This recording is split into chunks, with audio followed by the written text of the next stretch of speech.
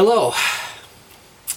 Today I'm going to do a video on how to take a small pumpkin, a mini pumpkin, and adapt it for a tea candle. I happen to be doing this because my daughter is getting married in 2 days, and she has given me the assignment to make all of these little decorations for the wedding.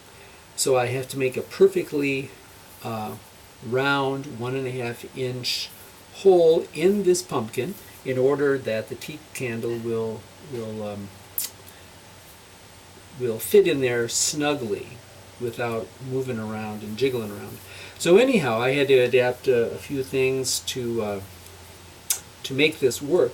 First of all, you want to take your pumpkin, and I take the stem and just snap it off. We're not going to need that. Then I take and I actually put the pumpkin gently into a vise. Not too tight, you don't want to bruise it, but just enough so it holds firm. Then I've got an electric drill. This happens to have a 1.5-inch hole, 1.5-inch hole saw adapter on it to make a 1.5-inch hole. And then I have some other things for cleaning, which we'll get to in a little while here. So once you have it securely placed, you place the drill on top. Oh, and one thing I'm going to suggest too, I found that I sometimes have to tighten the drill because it'll start spinning and skipping on me. So I want to make sure I snug it before I start, or otherwise it'll move and possibly damage and scuff the pumpkin. So place some firm downward pressure and slowly start. And it just takes a second, and then you'll have a perfectly formed hole.